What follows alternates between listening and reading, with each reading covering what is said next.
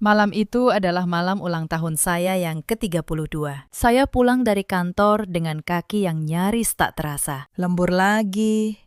Sudah 3 hari berturut-turut, tapi saya tetap mampir membeli sepotong kue kecil di toko dekat halte. Saya pikir, setidaknya malam ini saya akan merayakannya sendiri. Kalau memang tak ada yang ingat. Di teras rumah, ada sepasang sepatu yang tidak saya kenal. Hak tinggi. Warna merah menyala. Bukan sepatu saya, bukan sepatu siapapun di rumah ini. Saya membuka pintu pelan. Di ruang tengah, di sofa tempat saya selalu duduk setiap malam. Seorang perempuan asing sedang bersandar santai. Kakinya disilangkan. Tangannya memegang cangkir teh dari lemari saya. Ibu mertua saya duduk di sebelahnya. Tersenyum seperti baru saja menyelesaikan sebuah urusan penting. Akhirnya, pulang juga, kata Bu Sukarni tanpa menoleh. Kira, kenalkan. Ini Fania. Mulai sekarang, dia yang akan mendampingi Reza. Saya berdiri di ambang pintu, masih memegang kotak kue itu. Apa maksud ibu? Tanya saya.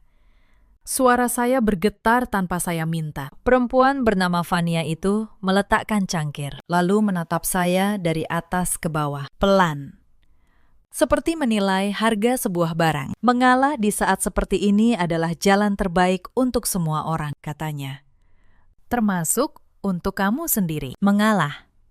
Saya diminta mengalah soal pernikahan saya, soal rumah saya, soal 3 tahun hidup saya. Saya menoleh ke arah suami saya. Reza berdiri di dekat jendela. Punggungnya membelakangi saya. Dia bahkan tidak mengangkat kepalanya. Tidak satu kali pun. Reza, panggil saya. Dia diam. Reza, lihat saya. Akhirnya, dia menoleh. Wajahnya datar. Seakan saya hanya tamu yang salah masuk rumah. Kira, katanya pelan.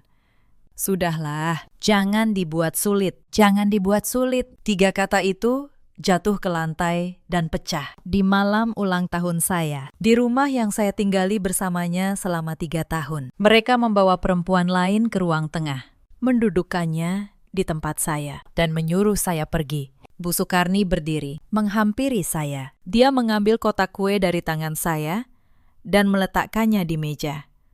Seolah benda itu mengotori ruangan. Kira, katanya dengan nada yang dibuat lembut, kamu perempuan baik, tapi 3 tahun kamu tidak memberi keturunan. Reza butuh masa depan. Keluarga ini butuh masa depan. Fania mengerti dunia kami. Kamu hanya pegawai kecil di kantor kecil. Pegawai kecil di kantor kecil. Itu kalimat yang saya dengar hampir setiap hari selama 3 tahun. Sampai malam itu saya kira saya sudah kebal. Ternyata belum. Surat-suratnya sudah disiapkan. Lanjut Bu Sukarni. Dia mengeluarkan sebuah map dari laci. Kamu tinggal tanda tangan. Cerai baik-baik. Tidak usah ribut. Kamu juga punya beberapa lembar saham perusahaan, kan? Atas namamu. Itu cuma formalitas dulu waktu kalian menikah. Sekalian kamu lepaskan. Biar bersih. Saya menatap map itu. Lalu menatap wajah mereka satu persatu. Reza yang menunduk. Fania yang tersenyum tipis. Bu Sukarni yang sudah memegang pena, menyodorkannya ke arah saya. Saya tidak mengambil pena itu. Saya hanya berkata, saya pulang dulu malam ini. Suratnya saya baca besok. Dan saya keluar dari rumah itu, membawa satu koper yang saya kemas dalam 10 menit di malam ulang tahun saya yang ke-32. Tapi ada satu hal yang tidak mereka tahu malam itu. Saya tidak menangis di taksi. Saya membuka ponsel dan saya menyimpan satu foto. Foto map berisi surat pelepasan saham yang Bu Sukarni sodorkan tadi. Karena saya tahu persis berapa nilai saham itu. Dan saya tahu surat itu tidak akan pernah saya tanda tangani. Selamat datang di kanal kami. Kalau kisah seperti ini menyentuh hati Anda, tekan tombol subscribe dan ikuti sampai akhir. Karena malam itu adalah malam saya kehilangan rumah. Tapi juga malam Saya mulai menghitung. Nama saya Kirana Maheswari, 32 tahun. Dan inilah kisah bagaimana saya kembali ke rumah itu 4 tahun kemudian, lewat pintu yang tidak pernah mereka kira. Mari kita mulai dari awal. Nama saya Kirana Maheswari. Orang memanggil saya Kira. Saat menikah dengan Reza, saya berusia 29 tahun. Saya bekerja sebagai akuntan di sebuah firma menengah di kawasan Tebet. Bukan posisi tinggi, tapi saya pandai dengan angka, sangat pandai. Atasan saya pernah berkata bahwa saya bisa membaca laporan keuangan seperti orang lain membaca wajah. Sebuah pujian yang waktu itu saya anggap biasa. Belakangan, pujian itu yang menyelamatkan hidup saya. Keluarga Reza adalah pemilik Maheswara Group, sebuah perusahaan pengadaan alat elektronik dan logistik yang cukup besar, berkantor di kawasan Sudirman. Saat kami menikah, ayah Reza, Pak Darsono, masih hidup dan masih memimpin perusahaan itu sendiri. Pak Darsono adalah satu-satunya orang di keluarga itu yang memperlakukan saya seperti manusia. Dia yang melihat saya membantu menata pembukuan kecil di acara keluarga, lalu berkata pelan, "Kamu mengerti angka, Kira. Itu bakat yang langka di keluarga ini. Mereka pandai bicara, tapi tidak ada yang bisa membaca neraca." Setahun setelah pernikahan kami, Pak Darsono jatuh sakit. Sebelum dirawat, dia memanggil saya ke ruang kerjanya. Hanya saya, bukan Reza, bukan Bu Sukarni. "Kira," katanya, "saya pindahkan sebagian saham perusahaan atas namamu. 12%, bukan untuk Reza, untukmu. Kamu satu-satunya yang akan menjaga angka-angka ini tetap jujur kalau saya tidak ada." Saya sempat menolak. Saya bilang, itu terlalu besar. Itu hak Reza. Itu hak keluarga. Tapi Pak Darsono menggenggam tangan saya dan berkata, "Justru karena kamu menolak, saya yakin saya memilih orang yang benar." Surat pemindahan saham itu sah, ditandatangani di hadapan notaris kepercayaan Pak Darsono, Pak Gunawan.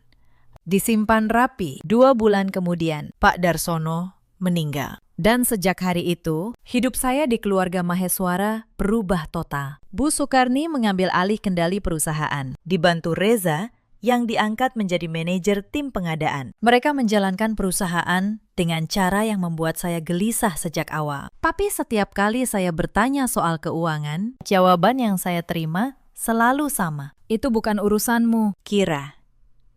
Kamu cuma pegawai kecil, urus saja dapur." Saya punya 12% saham perusahaan itu. Tapi di rumah itu, saya diperlakukan seperti pembantu yang kebetulan dinikahi selama 3 tahun. Saya hidup di rumah itu tanpa bisa bernapas lega. Setiap pagi saya bangun pukul 4 untuk menyiapkan sarapan seluruh keluarga. Bu Sukarni tidak suka makanan yang dihangatkan. Semua harus baru.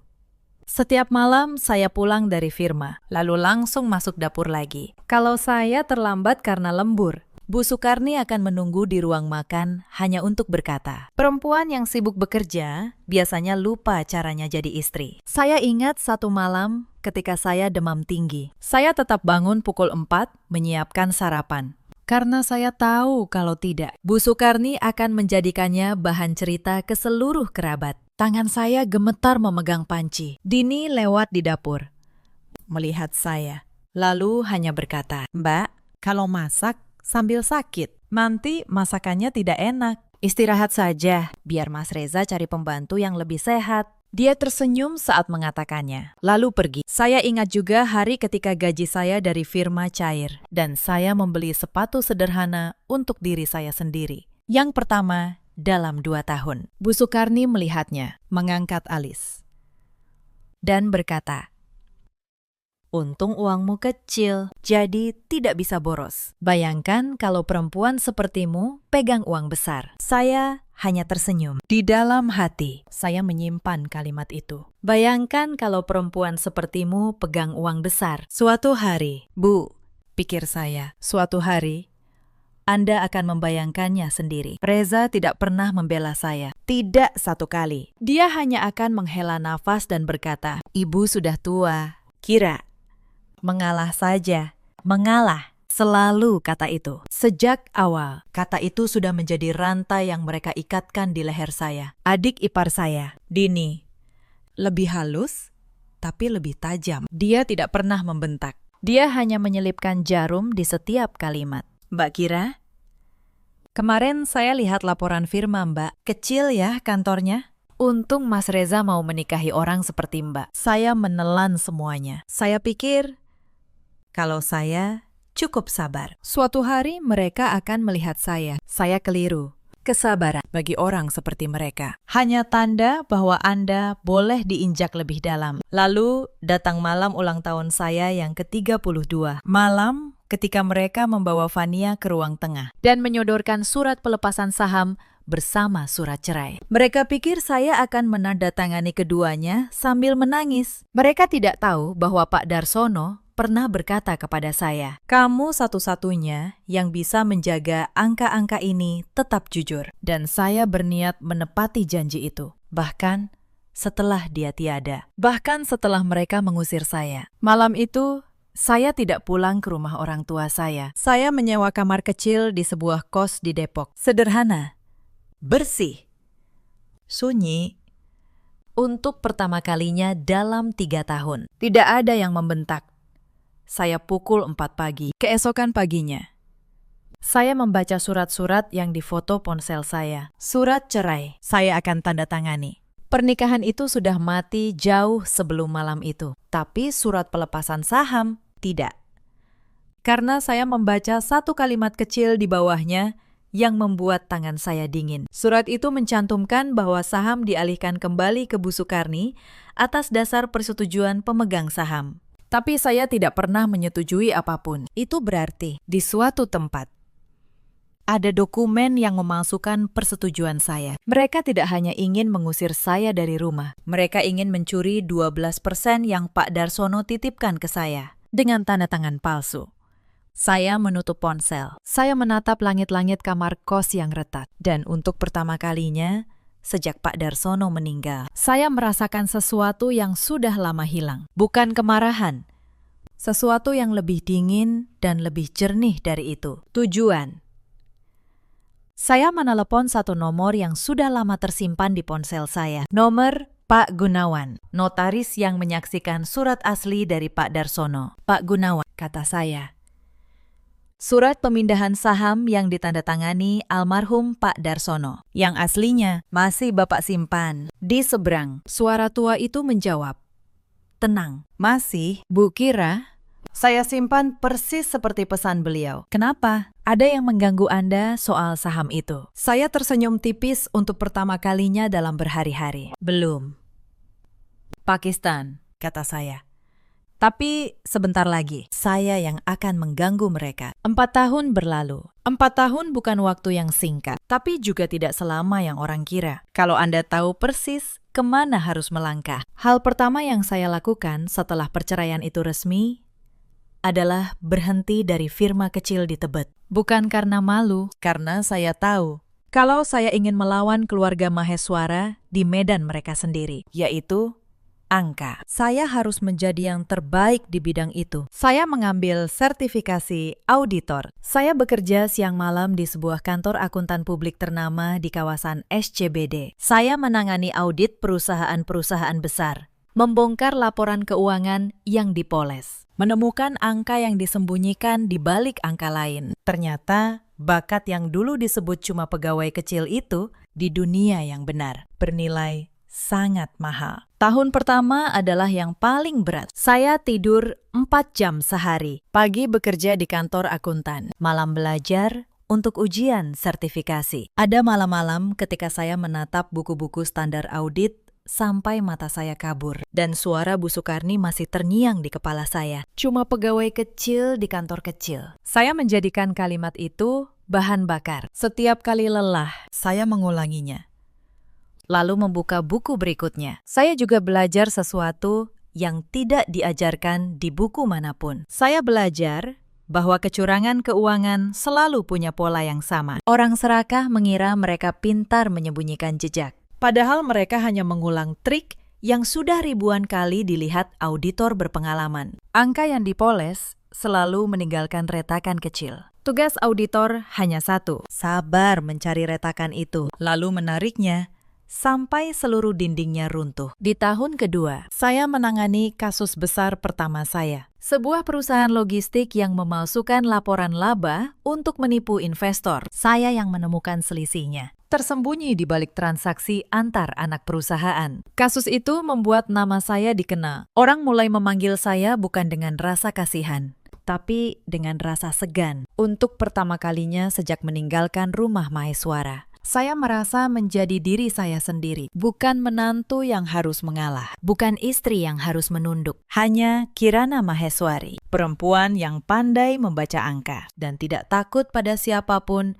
yang mencoba membengkokkannya. Dalam 4 tahun, saya naik dari auditor junior menjadi salah satu auditor independen paling dicari untuk kasus-kasus sengketa pengadaan. Nama saya Kirana Maheswari mulai dikenal di kalangan yang tepat, bukan sebagai menantu siapa-siapa, sebagai orang yang tidak bisa dibohongi oleh laporan keuangan. Selama 4 tahun itu, saya tidak pernah sekalipun menghubungi keluarga Maheswara. Saya juga tidak menjual 12% saham saya. Saham itu tetap atas nama saya, sah, dijaga oleh Pak Gunawan. Meski surat palsu yang mereka buat masih beredar di arsip perusahaan, saya membiarkannya. Saya menunggu. Karena saya tahu, perusahaan yang dijalankan dengan keserakahan akan selalu meninggalkan jejak. Dan suatu hari, jejak itu akan sampai ke meja seorang auditor. Hari itu tiba lebih cepat dari yang saya kira. Pagi itu, pimpinan kantor memanggil saya ke ruangannya. Di mejanya ada sebuah map tebal. Kira, katanya, ada penunjukan audit independen. Komite pengawas independen sebuah perusahaan mencurigai adanya kecurangan dalam proses tender pengadaan mereka. Nilainya besar. Mereka minta auditor terbaik kami. Saya pikir, kamu. Saya membuka map itu. Di halaman pertama, percetak nama perusahaan yang harus saya audit, Maheswara Group. Saya diam beberapa detik, lalu saya menutup map itu pelan. Saya ambil, kata saya. Pimpinan saya menatap. Kamu yakin? Biasanya kamu tanya dulu detailnya. Untuk yang ini, kata saya. Saya sudah tahu detailnya. Jauh sebelum map ini sampai ke meja Bapak. Saya tidak menjelaskan lebih jauh. Saya hanya membawa map itu ke ruangan saya, menutup pintu, dan duduk lama menatap nama perusahaan yang dulu mengusir saya di malam ulang tahun saya. 4 tahun lalu, saya keluar dari rumah itu membawa 1 koper. Sekarang, saya akan masuk kembali, membawa wewenang audit penuh, persetujuan komite independen, dan 12% saham yang masih atas nama saya. Mereka mengira saya pegawai kecil di kantor kecil. Mari kita lihat seberapa kecil saya sekarang. Hari pertama saya datang ke kantor Maheswara Group. Tidak ada yang mengenali saya. 4 tahun mengubah banyak hal. Saya tidak lagi perempuan lelah yang pulang larut sambil membawa kotak kue. Saya datang dengan setelan kerja rapi, membawa tim audit kecil, dan kartu identitas yang bertuliskan auditor independen. Ditunjuk komite pengawas. Resepsionis menyambut saya dengan hormat yang dulu tak pernah saya terima di rumah ini. Saya diantar ke ruang rapat, dan di sanalah saya bertemu mereka lagi. Reza masuk pertama. 4 tahun membuatnya lebih gemuk, lebih lelah. Dia melihat saya, mengernyit sebentar, lalu menyalami saya dengan sopan profesional. Dia tidak mengenali saya, atau dia tidak menyangka perempuan yang pernah dia suruh jangan dibuat sulit, kini duduk di kursi yang memegang nasib perusahaannya. Lalu masuk seorang perempuan dengan setelan mahal dan sepatu hak tinggi merah. Vanya, ternyata dalam 4 tahun, dia tidak hanya menggantikan saya di rumah, dia juga menikahi Reza dan diangkat menjadi manajer tim manajemen pengadaan. Tangan kanan perusahaan, orang yang menandatangani hampir semua keputusan tender. Vania duduk di seberang saya, menyilangkan kaki seperti malam itu, lalu berkata dengan nada manis yang dibuat-buat, "Jadi, Ibu auditor yang akan memeriksa kami. Semoga kerjasamanya menyenangkan. Perusahaan kami sangat bersih, jadi saya rasa ini hanya formalitas." Saya tersenyum sopan. Saya harap begitu, Bu Vania. Kalau memang bersih, audit ini akan selesai dengan cepat. Dia tidak tahu bahwa setiap kata bersih yang dia ucapkan, saya catat.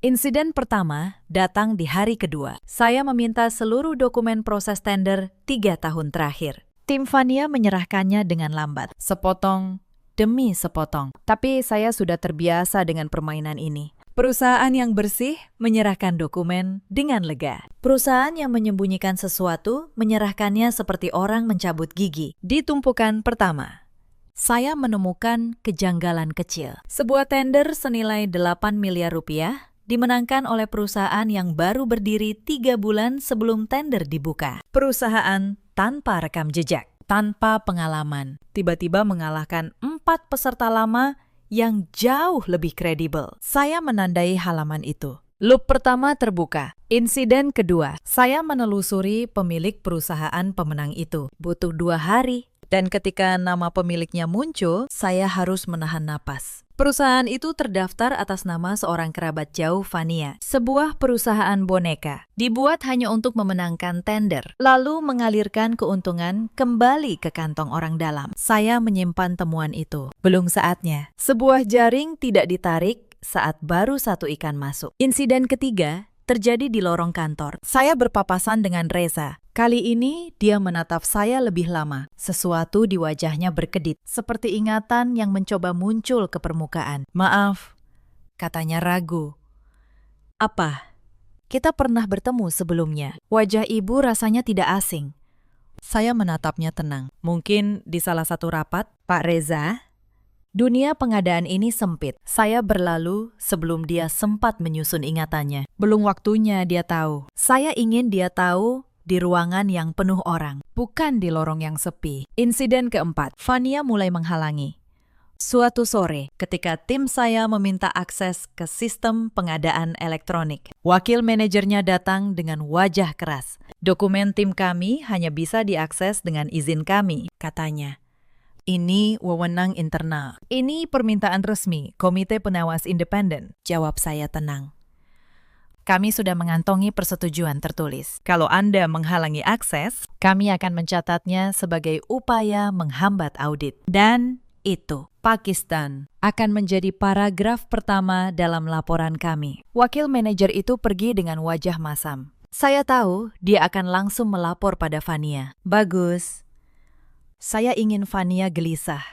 Orang yang gelisah membuat kesalahan. Insiden kelima adalah kunci dari segalanya. Setelah kami mendapat akses sistem, salah satu anggota tim saya, seorang anak muda bernama Bayu, berlari ke ruangan saya dengan wajah pucat bercampur antusias. "Bu Kira," katanya. Saya periksa log sistem pengadaan. Ada pola. Seseorang masuk ke sistem berulang kali setelah batas waktu tender ditutup. Dan setiap kali masuk, skor penilaian peserta diubah. ID dan waktunya semua tercatat. Saya berdiri perlahan. "Tunjukkan." Bayu memutar layar. Di sana, hitam di atas putih, tercatat puluhan kali login setelah tenggat. Setiap login mengubah skor, menaikkan nilai perusahaan boneka, menurunkan nilai peserta lain, dan alamat IP itu ketika kami telusuri mengarah ke satu komputer di ruang kerja manajer pengadaan, ruang kerja Vania. Loop demi loop mulai terhubung. "Apakah datanya ada di server cadangan juga?" tanya saya. Bayu mengangguk. "Ada, Bu. Dan ini bagian menariknya. Seseorang sudah mencoba menghapusnya. Tapi tampaknya dia tidak tahu bahwa server cadangan menyimpan salinan otomatis yang tidak bisa dihapus dari terminal biasa. Data aslinya masih utuh." Saya menatap layar itu lama sekali. Vania mengira dia sudah menghapus jejaknya. Dia tidak tahu bahwa angka tidak pernah benar-benar hilang. Angka selalu meninggalkan bayangan di suatu tempat. Dan saya, sepanjang hidup saya, dilatih untuk membaca bayangan. "Amankan seluruh salinan server cadangan," kata saya pelan.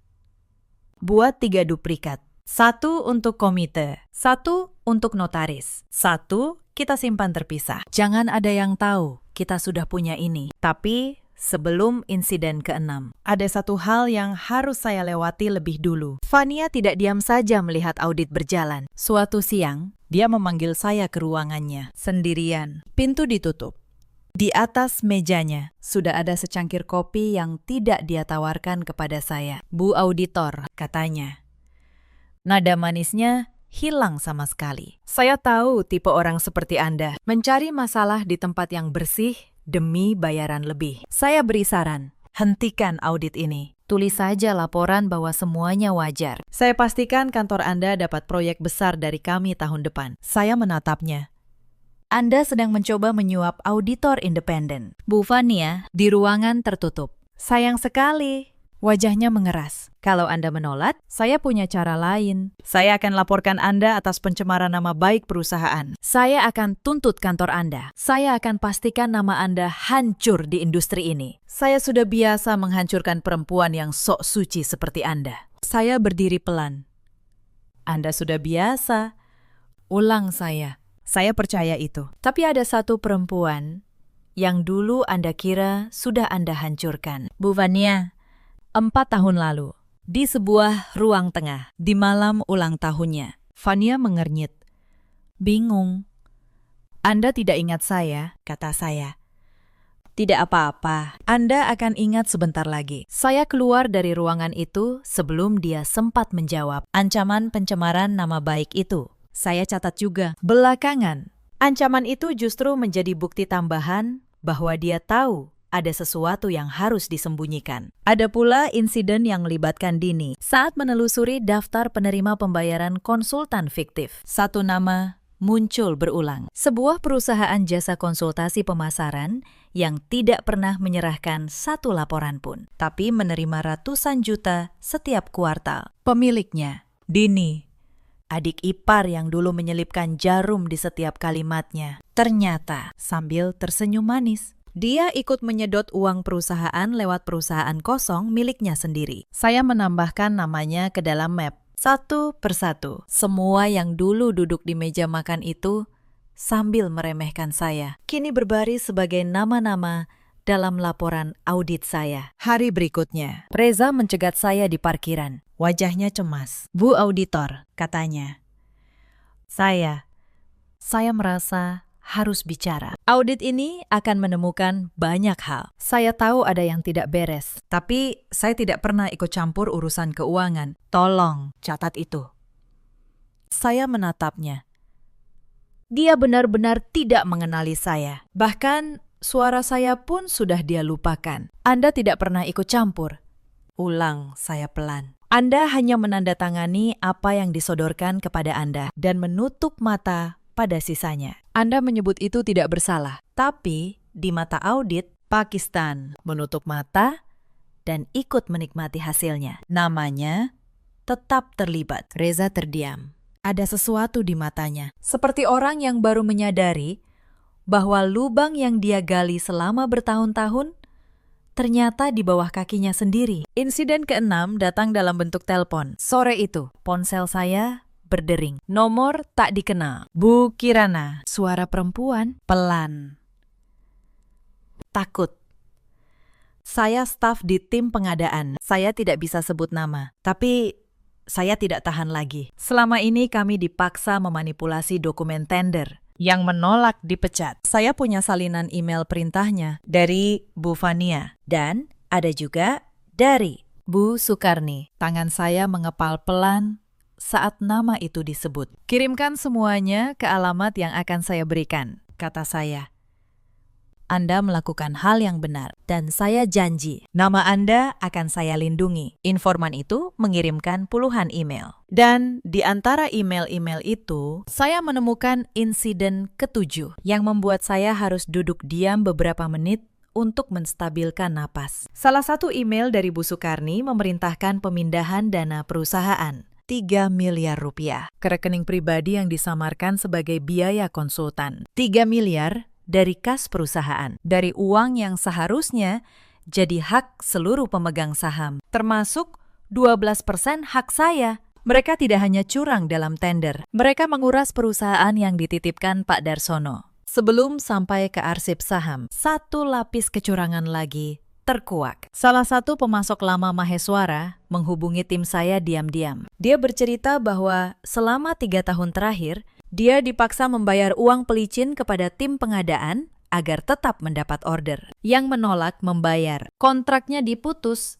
tanpa alasan. Dia menyimpan bukti transfer dan pesan permintaan uang itu. Semuanya mengalir ke rekening yang sama dengan rekening tersamar 3 miliar tadi. Pemerasan terhadap pemasok. Satu pasal lagi tersusun rapi di map saya sebelum membuka arsip saham. Ada satu insiden lagi yang membuat saya semakin yakin betapa dalam pembusukan ini. Informan anonim yang dulu menelepon saya mengirim pesan baru. Dia bercerita bahwa 3 pegawai yang dulu menolak ikut memanipulasi tender telah dipecat dengan tuduhan palsu, dicap tidak loyal, dan diancam akan dilaporkan ke perusahaan lain agar tidak bisa bekerja lagi. Salah satu dari mereka masih menyimpan rekaman rapat internal. Dalam rekaman itu, terdengar jelas suara Fania memerintahkan timnya untuk merapikan skor tender. Dan suara Bu Sukarni di telepon berkata, pokoknya menang. Soal caranya, jangan tanya saya meminta izin pegawai itu untuk menggunakan rekaman tersebut sebagai bukti. Dia setuju dengan satu syarat. Bu, katanya lewat telepon, suaranya bergetar. Tolong pastikan mereka tidak bisa melakukan ini lagi pada orang lain. Saya kehilangan pekerjaan saya, tapi kalau itu membuat mereka berhenti, saya rela. Saya menutup telepon, dan untuk sesaat, saya tidak bisa bicara. Karena saya tahu persis bagaimana rasanya berdiri di posisi orang itu. Diinjak, lalu disuruh diam. Mereka tidak akan bisa melakukannya lagi, kata saya pelan. Meski telepon sudah tertutup, saya pastikan itu. Saya menambahkan rekaman itu ke dalam map. Kini, map saya bukan lagi sekedar laporan audit. Map itu adalah suara dari setiap orang yang pernah mereka injak dan suruh diam. Insiden ke-8. Saya membuka kembali arsip kepemilikan saham perusahaan, dan di sanalah tersimpan rapi di sistem surat pelepasan saham yang dulu mereka coba paksakan ke saya. Surat dengan tanda tangan saya yang dipalsukan. Surat yang mengklaim saya telah menyetujui mengembalikan 12% saham ke Bu Sukarni di malam ulang tahun saya yang ke-32. Saya menatap tanda tangan palsu itu lama sekali. 4 tahun. Selama 4 tahun surat ini berbaring di arsip, menunggu untuk dipakai melawan saya, kalau saya berani muncul kembali. Tapi sekarang, surat itu bukan senjata mereka. Surat itu menjadi bukti pemalsuan dokumen oleh mereka sendiri. Karena yang asli, yang ditandatangani almarhum Pak Darsono di hadapan Pak Gunawan, masih utuh, sah, dan ada di tangan saya. Saya mengumpulkan semuanya. Log IP, perubahan skor tender, salinan server cadangan yang gagal mereka hapus, email perintah manipulasi dari Fania dan Bu Sukarni, bukti perusahaan boneka milik kerabat Fania, catatan aliran 3 miliar ke rekening tersamar, dan surat pelepasan saham palsu, disandingkan dengan surat asli dari Pak Gunawan. Semua tersusun rapi dalam satu map, lengkap. Tidak ada celah, puzzle itu akhirnya lengkap. Saya menutup map itu, lalu menatap keluar jendela kantor Maheswara. Di kejauhan, gedung-gedung Sudirman berdiri tegak di bawah langit sore. 4 tahun lalu, mereka menyodorkan saya sebuah map dan menyuruh saya tanda tangan sambil menangis. Sekarang, saya yang memegang map. Dan kali ini, merekalah yang akan menangis. Saya meminta Komite Pengawas Independen mengadakan rapat pemegang saham luar biasa. Saya juga meminta kehadiran wajib seluruh jajaran direksi dan manajemen. Bu Sukarni, Reca, Fania, Dini, semua harus hadir. Saya ingin semuanya selesai di satu ruangan, di hadapan semua orang. Hari rapat itu, ruang pertemuan utama Maheswara Group penuh. Komite pengawas duduk di satu sisi, para pemegang saham minoritas di sisi lain. Dan di kepala meja, keluarga itu duduk berjajar, masih dengan rasa percaya diri orang yang merasa memegang kendali. Bu Sukarni memakai perhiasan terbaiknya. Fania duduk di sebelah Reza. Sepatu hat merah, kaki disilangkan. Dini di ujung, sibuk dengan ponselnya. Saya masuk terakhir, membawa map. Ketika saya berdiri di depan ruangan, Bu Sukarni baru benar-benar menatap wajah saya. Saya melihat momen itu. Momen ketika pengenalan menjalar di matanya. Momen ketika dia menyadari siapa auditor independen yang selama 3 minggu ini membongkar perusahaannya. Kira, suaranya hampir tak terdengar. Ruangan hening. Reza menoleh cepat ke arah saya, lalu ke arah ibunya, lalu kembali ke saya. Warna wajahnya menghilang. Kira, kamu. Selamat sore, kata saya, tenang, menyapa seluruh ruangan. Nama saya Kirana Maheswari, auditor independen yang ditunjuk komite pengawas. Dan ya, Pak Reza, Bu Sukarni, kita memang pernah bertemu sebelumnya, 4 tahun lalu. Di ruang tengah sebuah rumah, di malam ulang tahun saya. Fania mengernyit. Belum mengerti. Apa-apaan ini? Audit kok jadi urusan pribadi? Saya membuka map saya. Mari kita buat ini benar-benar soal pekerjaan. Bu Fania, kata saya. Halaman pertama, tender senilai 8 miliar yang dimenangkan oleh perusahaan berusia 3 bulan tanpa rekam jejak. Perusahaan yang, setelah kami telusuri, terdaftar atas nama kerabat Anda sendiri. Wajah Fania mulai pucat. Halaman kedua, log sistem pengadaan. Tercatat puluhan kali seseorang masuk ke sistem setelah tenggat tender ditutup, lalu mengubah skor penilaian. Setiap login berasal dari satu komputer. Komputer di ruang kerja Anda. Bu Fania, Al-Atmos I dan waktunya semua tercatat. Hitam di atas putih. Itu bisa siapa saja. Fania berusaha. Suaranya mulai goyah. Saya sudah hapus. Maksud saya tidak pernah. Ruangan berdesir. Dia hampir mengakuinya sendiri. Soal penghapusan, kata saya. Anda benar sudah mencoba, tapi server cadangan menyimpan salinan otomatis. Salinan yang tidak bisa dihapus dari terminal biasa. Kami sudah mengamankannya dalam 3 rangkap. Fania jatuh ke kursinya. Saya berbalik ke arah Bu Sukarni. Dan untuk ibu, kata saya. Suara saya tetap tenang. Dan justru karena tenang, ruangan semakin sunyi. Email, perintah dari akun ibu sendiri memerintahkan pemindahan 3 miliar rupiah dari kas perusahaan ke rekening pribadi yang disamarkan sebagai biaya konsultan. 3 miliar dari uang yang seharusnya menjadi hak seluruh pemegang saham perusahaan ini. Kamu, Bu Sukarni bangkit. Wajahnya merah. Kamu tidak punya hak. Kamu cuma menantu yang sudah saya usir. Kamu cuma pegawai kecil. Saya menatapnya. Dan untuk pertama kalinya dalam hidup saya tidak menunduk. Justru soal itu, Bu, kata saya. Saya mengeluarkan 2 lembar surat dari map. Mari kita bicarakan saham. Saya meletakkan surat pertama di meja. Ini surat pelepasan saham yang ibu simpan di arsip perusahaan. Surat yang menyatakan saya menyetujui mengembalikan 12% saham saya kepada ibu. Ditandatangani, katanya, oleh saya. Di malam ulang tahun saya yang ke-32. Lalu saya meletakkan surat kedua di sebelahnya. Dan ini, surat asli pemindahan saham. 12% dari almarhum Pak Darsono, suami ibu. Kepada saya. Ditandatangani di hadapan notaris Pak Gunawan, yang hari ini hadir di ruangan ini sebagai saksi. Sah secara hukum, dan tidak pernah saya lepaskan. Saya menatap Bu Sukarni lurus. Tanda tangan saya di surat pertama, palsu. Saya tidak pernah berada di hadapan notaris manapun untuk menandatanganinya. Yang berarti, Bu, surat yang ibu buat untuk mencuri saham saya adalah dokumen pemalsuan. Dan pemalsuan dokumen kepemilikan adalah tindak pidana. Bu Sukarni membuka mulut. Tapi tidak ada suara yang keluar. Pak Gunawan berdiri dari kursinya di antara para saksi. Saya, Gunawan, notaris yang menyaksikan surat asli almarhum Pak Darsono, membenarkan keterangan Bu Kirana. Surat pemindahan 12% saham itu sah. Saya yang menyimpannya selama 4 tahun. Atas permintaan almarhum. Ruangan meledak dalam bisik-bisik. Reza akhirnya bersuara. Suaranya pecah.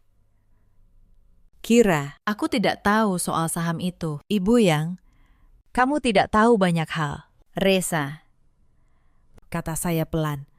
Kamu memilih untuk tidak tahu. 4 tahun lalu, ketika ibumu menyodorkan 2 surat kepadaku di malam ulang tahunku. Kamu berdiri di dekat jendela dan tidak mengangkat kepalamu. Kamu memilih untuk tidak melihat. Sekarang, lihatlah baik-baik, karena ini akibat dari semua yang kamu pilih untuk tidak lihat. Saya menutup map saya dan menyerahkan satu salinan kepada ketua komite pengawas. Bularas, seluruh bukti ada di sini, kata saya kepada komite. Manipulasi tender, perusahaan boneka, penggelapan dana 3 miliar, dan pemalsuan dokumen saham. Saya serahkan kepada komite untuk diteruskan ke pihak berwenang. Sebagai auditor independen, tugas saya selesai. Sebagai pemegang 12% saham perusahaan ini, saya menuntut audit forensik penuh dan penggantian seluruh manajemen yang terlibat. Bularas menerima map itu, membukanya sebentar, lalu mengangguk dengan wajah serius. Bukti ini lebih dari cukup. Komite akan bertindak hari ini juga. Sebelum Fania sempat bicara, saya membuka satu lembar terakhir. Dan satu nama lagi yang perlu disebut di ruangan ini, kata saya.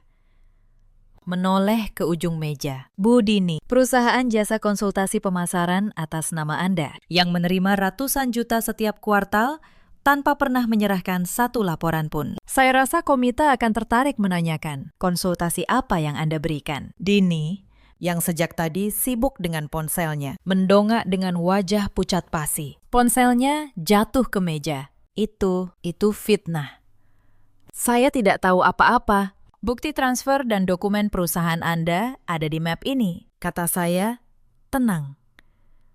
Kalau itu fitnah, Bu Dini, saya yakin Anda bisa menjelaskannya di hadapan penyidik nanti. Dini terdiam, lalu menunduk.